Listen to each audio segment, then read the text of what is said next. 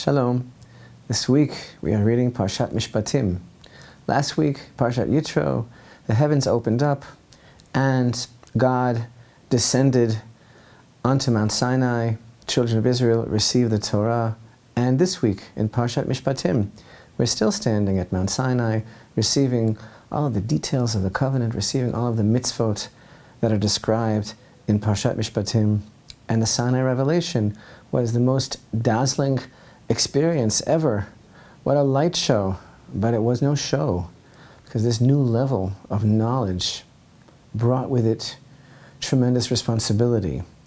But yet it was so transcendent, and the spiritual power, the sheer energy of the experience of having this kind of confrontation with the divine was so powerful. Now I might think, now that I have this real, true level of spiritual enlightenment, this encounter that we had with God, so, now I'm going to be aloof, I'm going to be removed from the world, I'm going to be living on a rarefied spiritual plane with no physical connection. But actually, true spiritual enlightenment, true closeness to the God of Israel needs a more responsible life. It means leading a better life, and if one is truly close to God, that will be translated in the most basic way of what our values are, the values that we broadcast and exude, how we treat each other, our families, our possessions, each other's possessions, the most basic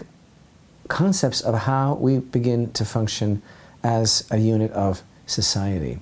So, the observance of all of these mitzvot, the personal ones, the ones that are on an individual level and also societal, they bring about light into this dimension of space, because the whole Torah is really all about the light of the divine presence. And the mitzvot are like lightsabers against the forces of darkness, which are essentially the forces of human complacency, ineptitude, and a lack of concern for each other. But what about points of light in the dimension of time as well? So all of a sudden here in Parashat Mishpatim, as we are receiving these mitzvot and their details, we encounter the three pilgrimage festivals. Chapter 23 and verse 14. 3 pilgrimage festivals shall you celebrate for me during the year. And in Hebrew we read, Shalosh regalim tachogli bashana. 3 pilgrimage festivals shall you celebrate for me during the year. So there are 2 words that are used to describe the concept of a holiday, a festival. Chag and regel. These 3 regalim, you will chogli, you will celebrate for me. And this verse, by the way, here in our Parasha of Mishpatim, here in chapter 23, this is the first time in the Torah that the word regel is used to denote the festivals. And indeed, in Jewish tradition, the 3 pilgrimage festivals of Passover, Sukkot, Shavuot, wherein the entire nation of Israel travels to the Holy Temple, they are called the 3 regalim. And this actually means foot. Regel is a foot. So the concept conveyed, one of the concepts conveyed by calling the festivals regalim, is the idea of movement, of action, of going. And this verse also uses the word chag, because it's shalosh regalim tachog li bashana. You shall celebrate for me as a chag, a festival. But this is not the first time in the Torah that the word chag is used. In fact, when we go back earlier in the book of Exodus, go back to chapter 5 and verse 1, we find this. And afterwards Moshe and Aaron came and said to Pharaoh, Thus says Hashem, the God of Israel, let my people go that they may celebrate, the plural, vayachogu, a festival to me in the wilderness. They will celebrate with the word chag, a festival to me in the wilderness. So according to this verse, they're not asking to be free, they're asking to chogeg. And this word chogeg, chagag, chug, it all comes from the same roots from which we get the word chag, which means a festival, but the word really means in its to form a circle. So Hashem is saying, let them form a circle around me in the wilderness. This was Moshe's message to Pharaoh. Now some people think that this concept of Chag, of the Jewish festivals being called Chag, is because of the cyclical nature of the year, because it's a cycle, because the holidays return every year, the year comes around again, but actually that's not the reason.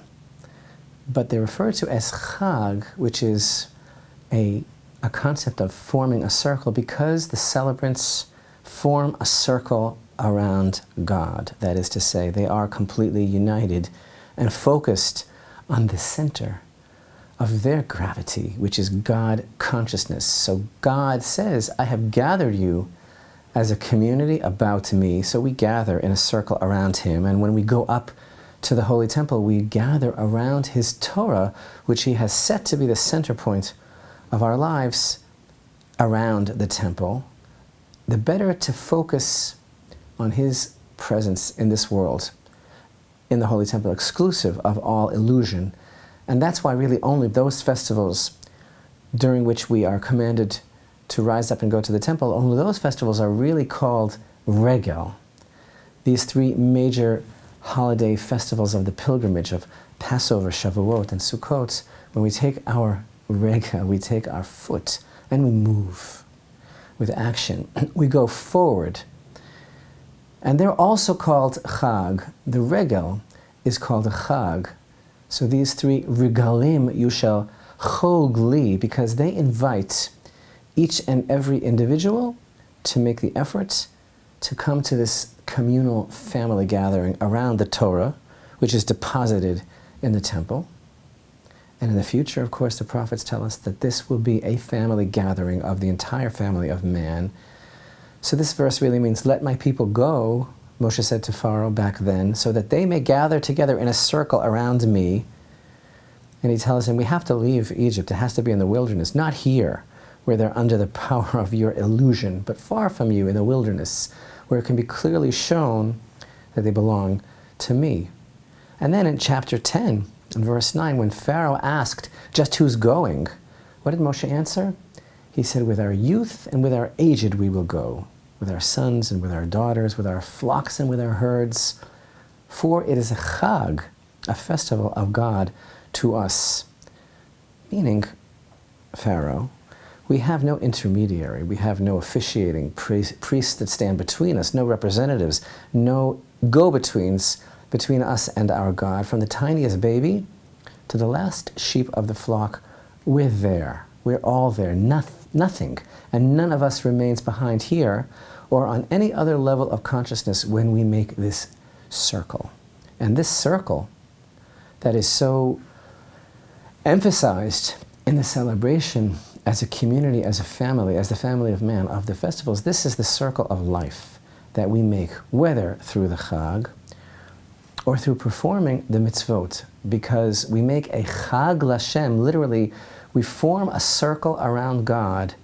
We are totally united and focused on his presence, his reality. That is actually the theme of Parashat Mishpatim. In all of the mitzvot that we are receiving, God calls us around him, and he wants to see us with every member of our family and with all our possessions about him, because we are about him. Everything we are and all we have we bring to him. Thus, in describing the process of the festivals, we read,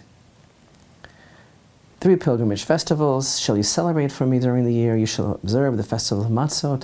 7 days shall you eat Matzot, as I have commanded you, at the appointed time of the month of springtime.